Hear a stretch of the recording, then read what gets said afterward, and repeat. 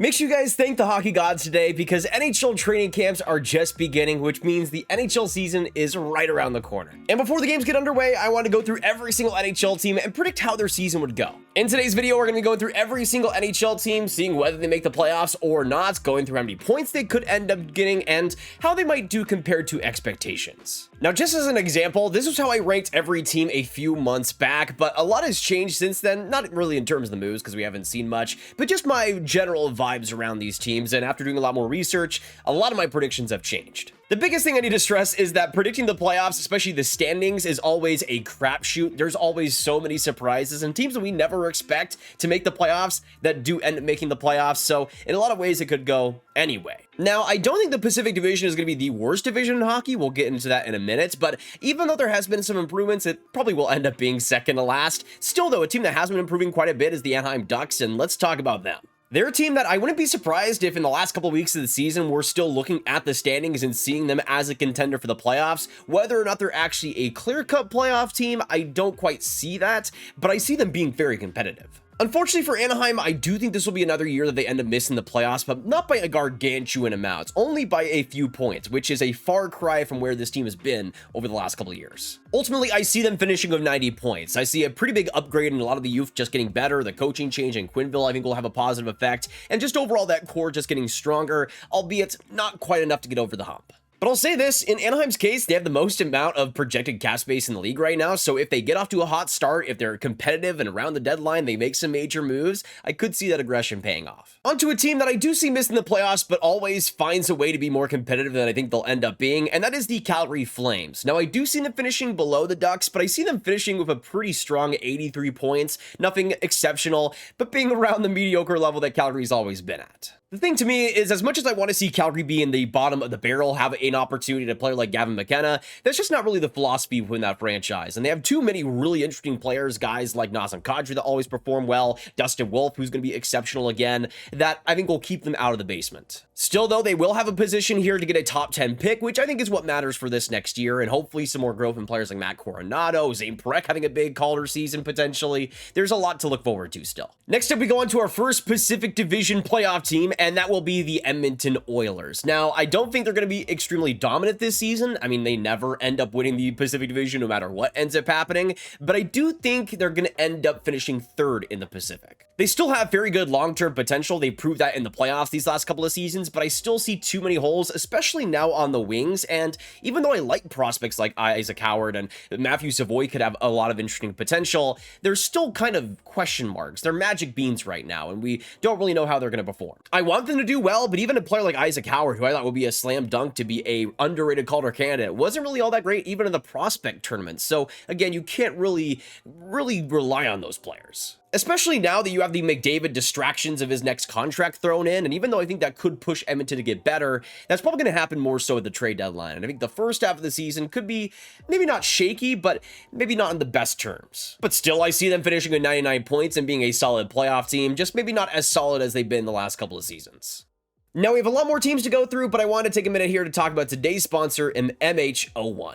Now let's talk here for a second about focus. Hockey players use a bunch of different methods to stay focused on the game, whether that be the egregious smelling salts, the goalies looking back and forth, but I use MH01's brain and focus formula. MH01 Daily is today's sponsor, and it's a premium brain and focus formula designed to support clarity, concentration, and everyday energy. It's a simple 2 capsules a day routine that fits into any lifestyle, whether you're working, gaming, studying, or playing a game of hockey. Now, over the last week, I've been testing out MH01 Daily, tweaking my morning routine to take 2 capsules in the morning, and especially with how sick I was over the last week, it has been a lifesaver. And with just 2 capsules a day, it supports mental focus and alertness, encourages a sense of calming, and helps reduce stress. And for especially me, somebody that is a bad procrastinator, somebody that has a ton more stress than I probably should, it's definitely something that I've needed. But if you guys are ready to get rid of that brain fog, make sure you click the link in the description down below or scan the QR code on the screen to get 25% off right now on your first order and free shipping on your first month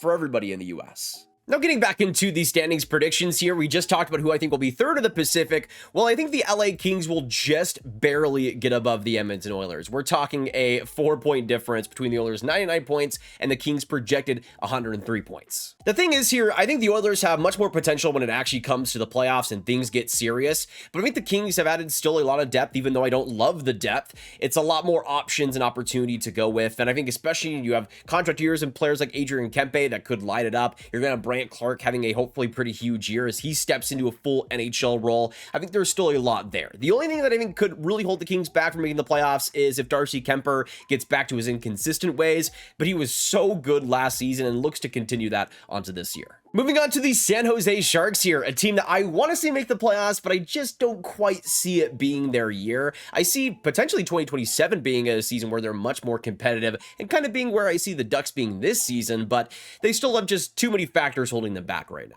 They did make some solid upgrades all around, and having Yaroslav Askarov as the full-time starter there is going to be really impactful for them, but that defense is still, I think, held by a bunch of straw and duct tape, and a lot of that forward group has some good attributes, but I think defensively there are still some pretty big issues there, besides Macklin and Celebrini, really. So for that, I think they'll still be lower on the Pacific Division, but I don't think they'll be last place. I see them getting 73 points, which is a pretty massive upgrade over last year, but still not enough to be truly competitive yet. Still though, this Sharks future is looking superb and will be a big contender long term. Just in 2026, it'll be a step that's not quite as big of a step as maybe they need. Moving on to the Seattle Kraken, who I think will end up being the last place team in the Pacific. I don't think it'll be a huge distance between San Jose and Seattle, but I think just enough to have Seattle pretty much solidified in that last place spot. Joey Daccord, I love, is one of the most underrated goaltenders out there. But besides that, I mean, Vince Dunn is really interesting. Matty Beniers can be interesting, and Jared McCann can score a lot of goals when he's on his game. But there's just so many parts of that team that I just don't think will come together. There's so many parts of that team that I just kind of feel mediocre about. I don't think they're going to be generationally bad or anything. The depth there is still extremely strong, but I think they'll end up being the worst team in the NHL this next year, if just by a hair. And as of right now, I'm going to predict 68 points for them by the end of the season. Now, we got a couple teams left in the Pacific, but let's go on to the Vancouver Canucks, who I think will be the best team in the Pacific to unfortunately miss the playoffs. I really want to see them rebound and really prove me wrong, especially, but I just think there are too many factors that go against them. There are good things. I think having a fully healthy Demko, hopefully, will be a big thing for them throughout the whole course of the season. Hopefully, we see Elias Pettersson actually rebound like we know he's capable of, and Quinn Hughes is still Quinn Hughes. But at the end of the day, I just look at this forward group, but I just don't think it's very good. You have some interesting parts for it, and even if Elias Pettersson does rebound, I still don't think it's really good enough. Having Hedel as your second-line center, Otto Radu as your third-line C, which I like him a lot, but I just don't think he's on that level. You're really going to need players like Evander Kane to come out of nowhere and surprise, Nils Hoglander to have a career season, Brock Besser to have an unbelievable goal-scoring streak. There's just so much that needs to go right, especially in a crowded Pacific, that I just don't quite see happening. So even though I see them getting extremely close, getting 94 points on the season, I think just so much competition, especially in the Central Division, will hold them back from making it. Going on to the last team we mentioned here in the Pacific, and the team that I think will finish first in the standings in the Vegas Golden Knights. The team that I just think has so much going for them right now, especially regular season wise, that I don't really see many teams being able to contend with. The Alex Pietrangelo injury is really the only thing holding them back. The defense, though, still has a lot of interesting names, and even though they might not quite have as much offense, I think they'll still be in a good spot when it comes to their systems and defensive play, which has always been a major part of Vegas' success, especially over the last couple of seasons. But even though I think I was concerned with the Wings a year ago, they've really been able to prove themselves year after year, and Jack Eichel just continues to find ways to get better. That, of course, with the massive Mitch Marner signing, which adds an 100-point player onto their roster without any casualties, and I think for the Knights, especially the offense, will be a pretty big strength here this year. Ultimately, I don't see the Knights winning the President's Trophy, but I could see them getting pretty close, and I see them getting 107 points when it's all said and done. Now, moving on to the Central Division, we go on to the team that, unfortunately to me, is going to be last place in the Central, and that is the Chicago Blackhawks. Now, I think the biggest thing for Chicago that you could just hope for is a solid, complete year out of a lot of that youth. Having Connor Bedard hopefully uplifted a little bit more, having some big-time players like Frank Nazar having a full season, Sam Renzel being a Calder candidate, Artem Levshunov will be huge, Oliver Moore will be awesome too. So that youth coming up, establishing themselves in NHL roles, I think is really a success at the end of the day. But I don't really see much competitiveness coming from that. They will have some upgrades for sure, but the rest of that team is a huge question mark to me. I like Spencer Knight when he is at his best, but how much of a starter is he going to be? How many games can he play? How good can he be in those games? Is the defense going to be any better whatsoever defensively? Is the depth on the forward group going to have many issues like they did last year? There's just a lot of question marks still that hold them back from even really being a competitive or serious roster. Onto a central team that I do see making the playoffs, though. We have the Colorado Avalanche here, and the more I think about the Avs, the more I do like their chances regular season-wise. Playoff situations, I'm still a bit hesitant about them, especially their depth issues on the forward group, which I think continue to kind of hurt their chances, but regular season-wise, they're still going to be in a good spot. McKinnon and Makar doing what they do best. Landeskog back full-time. Nichushkin hopefully for a full year. Then you have the players they traded for mid-season and Mackenzie Blackwood and Brock Nelson likely being a lot more ready for the season with the Avs and kind of being more adjusted to that system. So I still like a lot of parts of that team, and I think especially Blackwood's going to put them in a good spot to contend. And ultimately, I actually do see them winning the Central Division. Not by a ton, but just enough to get there. And with 105 points, just being able to get over some big-time contenders, which we'll touch on in a second. And one of those big-time contenders is the Dallas Stars, who I see finishing just a few points behind the Avs with 102 points, even though I still have my issues with that defense sometimes. You're going to have Liam Bichsel coming in full-time, which will be awesome for them. Hopefully Thomas Harley will take another step, and Haskin will be able to play every single game. At least that's the hope there. On the offense, even though you have some casualties, Mikael Granlund won't be back, for example, I still think it's got so much potential, so much to like. Maverick Bourque is hopefully going to be in a bigger role, and that will add some youth to the roster. Mikko Rantanen for the entire season will be a joy to watch. So still a lot of greatness with this core, and hopefully a better kick at the can in the playoffs this next year. Moving on to the Minnesota Wild, and if I had to make a ranking of the 3-5 teams I was most conflicted about heading into the year, I think Minnesota would probably be number one, maybe even number two. They're right up there for me because I could easily see a situation where they're a playoff team again, but I do end up having them miss the playoffs just by a smidge. To me, I see Minnesota pretty easily being the best team to miss the playoffs, which is a really hard thing to predict because Minnesota often is able to make it just barely, and that's really been their brand throughout the last couple of decades, but I'm going to go out on a limb and say that that changes just a bit. For one, the Kaprizov contract distraction seems to be a pretty bad distraction for that franchise right now. Seems to be weighing them down quite a bit because this is a franchise player. This is the guy on this team that they need to keep no matter what, and it seems to kind of be a persistent problem with them. But besides that, I mean, you have the goaltending in Gustafsson, which has been all over the place. He's been good one year, bad the next. How will he have that consistency? Jesper Wallstedt as the backup. I've loved him as a prospect for a long time, but in the NHL, hasn't really been able to show it. So I think in a backup role, it's incredibly risky. And that's kind of the biggest thing for me is that a lot of these big time roles are going to be really situated by these really interesting young players, but they will have to show up. Lee Buem is already going to get a top 4 spot, but he really has to show up big time to really win those minutes. You're going to have a player like Daniil Yurov as a center, Marco Rossi as your second line center, and I think a lot of these positions are going to really need thriving prospects, thriving young players to really have these winning spots in your lineup. And I think for Minnesota, there's so many of those that I just think a couple of them aren't going to be as good as they maybe need to be. Even though I don't think it's going to happen, if just one of these rookies ends up disappointing and has to get sent down to the AHL, the Wild don't quite have the depth, in my opinion, to be able to supplant that. Plus, one of their biggest additions was Vladimir Tarasenko, who I just don't think really has it these days. Even on the power play, even in the goal scoring role, he's just not quite what he used to be. And I think that also could kind of hurt Minnesota throughout the course of the year.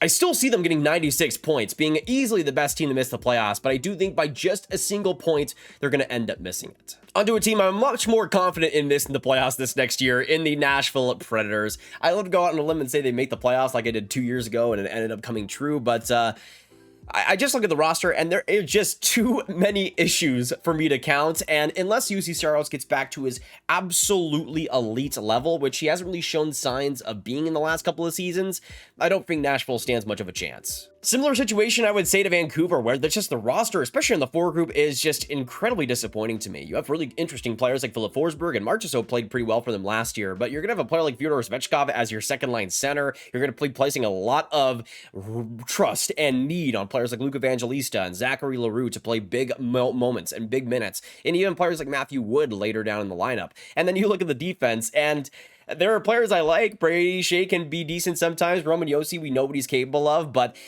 Justin Barron on the roster, Nick Blankenberg, they again have their moments, but as a complete defense, I just don't quite see it. I think they will be better than they were last season because that was just a complete disaster in every single way, but I don't see them being much of a competitive team and finishing with 79 points on the year. Moving on to the Winnipeg Jets, who I think ultimately will finish second in the Central. My only big concern is that center situation. With Adam Lowry injured to start out the year, you're going to have a lot of responsibility on the shoulders of Jonathan Toews, and he wasn't exactly great even before he was semi-retired from the NHL, and then of course comes back after a couple years, and I don't quite see him being at the level he needs to be, but the rest of it is solid. The offense at the top end is still brilliant. The defense of guys like Morrissey and DeMello, and especially my boy in Sandberg, are going to be fantastic. And of course, Connor Hellebuyck in the regular season is Connor Hellebuyck in the regular season, and I don't see that changing. Finishing with 104 points on the year, just below the Avs, but just above the Stars. I forgot to go in alphabetical order because I completely forgot about the St. Louis Blues, but I do see them being a playoff team in the end, capturing that first wildcard spot in the West, and just continuing the momentum that they started in the second half of last year.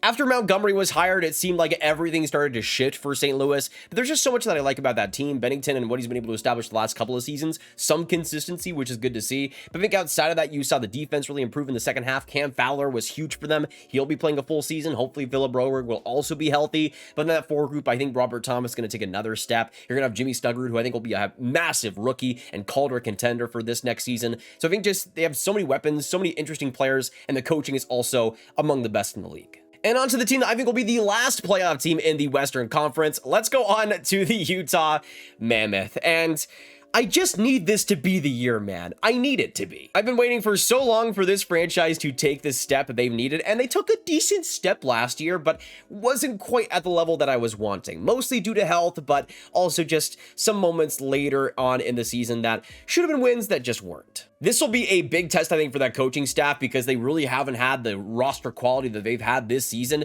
They really have no excuses. They have the top end players that I love. Guys like Cooley, guys like Keller, guys like Schmaltz. On the defense, players like Mikhail Sergachev, Sean Durzi, a lot to work with.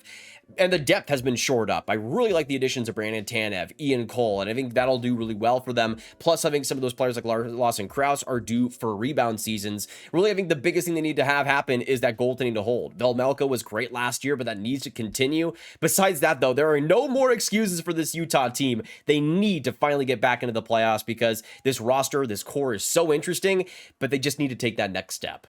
But I think they will, and we'll get that second wildcard spot in the West, getting 97 points, just a couple of points shy of St. Louis, and just one above Minnesota. Now let's move on to the Eastern Conference and the Metro, and today we're going to start out with the team that I think actually will get first in the Metro, and that is the Carolina Hurricanes. And I think for Carolina, I don't usually come into the offseason adoring their roster, but I think they just made some really nice moves. I like Nikolai Ehlers when he's healthy. Keandre Miller, I think, is due for a really big breakout season, and I think in Carolina, he will get that. I'm starting to like Kochetkov a lot more on the goaltending side too, so there's a lot to like there. I just think the depth has always been good, the systems have always been good, but they got a little bit more star power, a little bit more juice at the top, which I think will do them some good. I think ultimately they'll finish with 110 points and win the President's Trophy. Continuing on with the Columbus Blue Jackets, this one is just a sore spot for me because unfortunately I see them missing the playoffs. They are such a sad victim, I think, of how insane that Metro is, how insane I think it's going to be a competitive race in the East once again. I see Columbus being in a pretty similar position as they were last year. I think ultimately finishing with 90 points. I see the offense getting a little bit less lucky than they were last year. It was almost insane how much they were outscoring everybody possible, but I think it'll come back down to earth slightly, and hopefully we'll see the goaltending get a bit better as Jet Greaves comes in full time, and I have some pretty big hopes for him this next year. Will it be enough to make the playoffs? I'm not quite sure because I think it's going to be a lot more competitive, even more than it was last year, but we'll just have to wait and see. If they do make it, I'll be right here partying my butt off because I would love that. Next up, we go into the New Jersey Devils, and this was a team that I was flirting with having higher up in the Metro, but I do think even though they won't be a #1 team in the Metro or anything, I think they will still make the playoffs. As of right now, I have them with 94 points as the second wildcard team in the Eastern Conference, and I like a lot about this team. I think the health should be better, but it's already starting to show some cracks. Kovacevic won't be here for the start of the season. Plus, you also have Luke Hughes unsigned, and even though I think that defense can float, I'm not sure if they can quite thrive to start out the year, especially if Luke Hughes is just adjusting to the system, and if that contract potentially goes into the season, I think that could be pretty brutal for them. But besides that, I think the goaltending will still be solid. I think the offense and hopefully the top guys and Jack Hughes will be fully healthy this next year. Fingers crossed. but this is also the Devils we're talking about, and it seems like health is always a bit of an issue, so I think for that I deduct a couple of points. Continuing on, we go on to the team that just got the first overall pick in the New York Islanders, and I don't quite see them being a basement team. I see them actually being pretty similar as they were last year, getting 83 points on the year, but still being in the bottom half. Even though I don't quite see the top-end talent they need on the skater side, especially with Noah Dobson gone, Barzal, I think, will hopefully be able to continue on his production, and I do think we'll see Ilya Sorokin rebound in a major way this next year, getting him back into the conversation among the best goalies in the league. Still, though, I think the Islanders' depth is really underrated, and on the defense, even though they don't have the greatest names, a player like Matthew Schaefer, I think, could energize it quite a bit, so I don't think they'll be in the dumpster, but they'll still be a competent team. Moving on to the New York Rangers, and this is a team that I see rebounding, maybe not in an exceptional way, but enough to be a solid contender in the Metro. I see them ultimately finishing third in that Metro division, just behind Carolina. I see them finishing with 98 points on the year, and this is for a myriad of reasons. Even though I don't think that roster is still enough to win a Stanley Cup, they still have some excellent pieces, and I think Adam Fox is going to have a rebound here. I think Shesterkin's going to look good because of it, and I think that 4 group's going to be energized with a full season of JT Miller, especially as the captain there. But the biggest thing is the coaching change. Sullivan being brought on. He's one of the most respected and consistent coaches out there. Wasn't really given much to work with in Pittsburgh these last couple of years, but I think is really, just has such a great baseline of coaching skill, and I think the Rangers will really benefit from that. Maybe not enough to have much playoff success, but enough to make it. Continuing on, next up we go on to the Philadelphia Flyers, and I think they will be a team that misses the playoffs, but they won't be last in the Metro, I'd bet. I see them finishing with 82 points just behind the Islanders, and this is for a couple reasons here. I think the coaching change will help a little bit. Tocchet coming in, I think, will make them a little bit more respectable, but also Trevor Zegras, I think, is going to have a rebound season.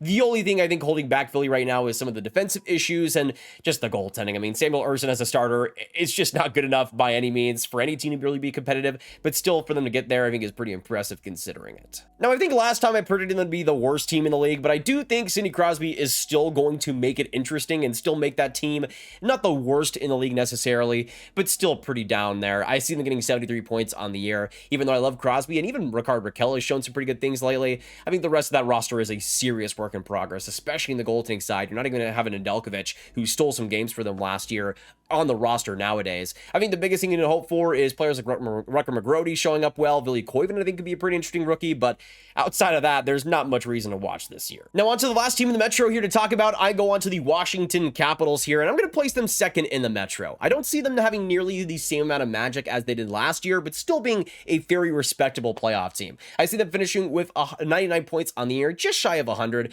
and this is just because some of that roster I still think will be a little bit lackluster in terms of the top-end scoring, but still, that depth is incredible. How they bought into that system is insane, and just how many really solid players they have in that lineup, I think, will be able to bring it up. The big thing, though, will be Logan Thompson, and if he's able to replicate just how successful he was late in games last year. The winning department was insane with him. Even though I do see it being a little bit less than that, he's starting to solidify himself as one of the more clutch goalies out there.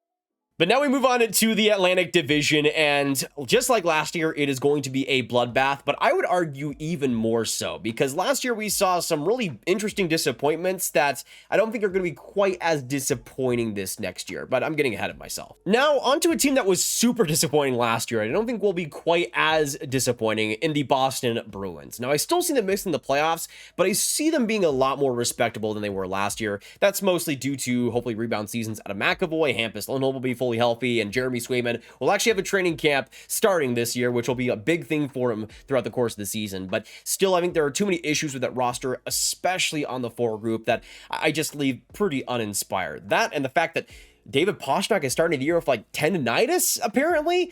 Not the greatest start to the year for them, but I see them finishing with 85 points. On to the lowly Buffalo Sabres, and I would be the first one to love and try to predict them to make the playoffs, but at this point, I just want to see it. I'm going to see it, and I'll believe it once I see it. Until then, I'm just not going to believe it. I'm one of those few people that did like the JJ Peterka trade for them. I think Michael Kesselring's going to be a really interesting addition. Josh Doan is a really interesting young forward, but I still have massive issues with that goaltending department. Ukko-Pekka Luukkonen is already banged up to start out the year, and he already has had some pretty big issues over the last couple of seasons. The big problem has always been keeping the puck out of the net for Buffalo. I think over the last 3 seasons, they're first among 5-on-5 goals, so it's not that. That's not the problem. Hopefully Michael Kessering will help a little bit, but I don't think it'll be enough, and I think they'll be last place in the Atlantic, getting 81 points. On to another Atlantic Division team that I think will be in the purgatory of mediocrity, and that is the Detroit Red Wings. I see them finishing with 83 points on the year and taking even a slight step back from where they were last season. I want to see them take steps. I want to see this actually be a playoff team, but I just see too many issues on this team to have much confidence in. I like individual players. Lucas Raymond, I hope will take another big step. Moritz Seider, I adore. Simon Edmondson with some more experience, I think will get even better. But there's just too many players on that defense that I just don't like whatsoever. Ben Sherratt is a complete non-factor. On the forward group, they didn't really do anything to really improve that roster. I mean, James Van Riemsdyk, I think, could be interesting, but not really in a full-time role on your top six or anything. And they're still relying on players like Patrick Kane to bring this top-tier offense that I just don't think they're quite capable of. I'm really hoping I'm wrong, and this is the year that the Yzer plan fully comes together, but I just don't quite see it. There was just not enough aggression in this offseason, and even though I think John Gibson will help in the goaltending department, I don't think he's going to be the savior that they need. Onto a team that's much more likely to make the playoffs, though, in the Florida Panthers. I went on such a limb here, I know. But still, Florida's always going to find a way to make it, even though they're much more of a better, more complete team in the playoffs than they are in the regular season. How they were able to keep all their major free agents seemingly out of nowhere was incredible, and that will certainly help. Matthew Tkachuk will be out for the first couple months of the season, but they have a player like Mackie Samoskevich who I think could come in a more goal-scoring role and look pretty good like he did last year in limited minutes. Really, my only concern is I don't really like Jeff Petrie much at this stage in his career, but he's probably going to be a sixth defenseman. So at the end of the day, who really cares? They're going to find a way to make it, and I think they're going to find a way to get 101 points on the year, being second in the Atlantic Division. Now, I wanted to save Montreal for last. We'll talk about them. Let's go to the Ottawa Senators, who I think will end up being a playoff team in the Atlantic. Now, I could see a scenario where some of that youth doesn't quite improve like they maybe need to, and Ottawa's goaltending maybe becomes a bit of an issue if Ullmark doesn't quite have as good of a season as he did before, but I think Ottawa just has so much going for them and so much improvement to make still, and especially guys like Stützle with how much offense they have, I think that they still could bring in the future. There's potential all throughout the roster. And also, I like their additions. Jordan Spence, I think, is such an underrated defenseman, and adding that to the right side is huge for them. Lars Eller, I think, is a bottom 6C, is perfect for that role. So I think for Ottawa, even though it's not going to be a perfect season by any means, I still think they're going to make the playoffs and be third in the Atlantic, getting 100 points. Onto the Tampa Bay Lightning, and this is the team that I see winning the Atlantic Division this next year for a few reasons here. I mean, Tampa was already solidifying themselves still as a strong contender both in the regular season and the playoffs last year. Even when I thought they could have taken a step back, they really didn't. And they're a team that continues to thrive off the superstars they have there, the top-end players. Hedman looks as good as new over the last year, and Vasilevsky really was able to rebound well this last season. Plus, you're going to have full years out of the trade deadline guys they got in Yanni Gourde and Oliver Bjorkstrand. That'll be huge. Hopefully, we'll see a Connor Didi also take a decent step up this next year. And I just think for Tampa, even though there are issues, Nick Paul won't be out there at the start of the season fully healthy, but I don't know, man. The top end guys are just so good that it'll carry a lot of their success in the regular season at least. On to the Toronto Maple Leafs, and even though I don't see them being a dominant team and winning the division like they did last year, I think they will still be a pretty healthy playoff team, mostly due to how good the goaltending has really been able to prove itself as. Stolar has been among the best goalies in the league the last couple of seasons specifically. The defense defensively has held on pretty well, and Berube systems have really benefited from that. But I think the big thing is, even though you won't be having Mitch Marner there anymore, you're going to have a fully healthy Austin Matthews, which I think is something that is so huge for this Leafs success. I think you're going to be seeing some improvements in Matthew Nyes as well. Hopefully we'll see Max Domi taking a bigger step. Even though I think the offense will suffer a little bit, they'll still be a playoff team, and I see them getting 96 points, getting that first wildcard spot in the East. But then that leaves the Montreal Canadiens, and here is the thing. I put out a tweet about this earlier. This is the team to me that I am easily, without a doubt, the most conflicted on heading onto this season. You guys know, I adore this core. I adore so many players on this team. Cole Caulfield, Nick Suzuki, you're going to have Ivan Demidov coming through, Lane Hudson as well.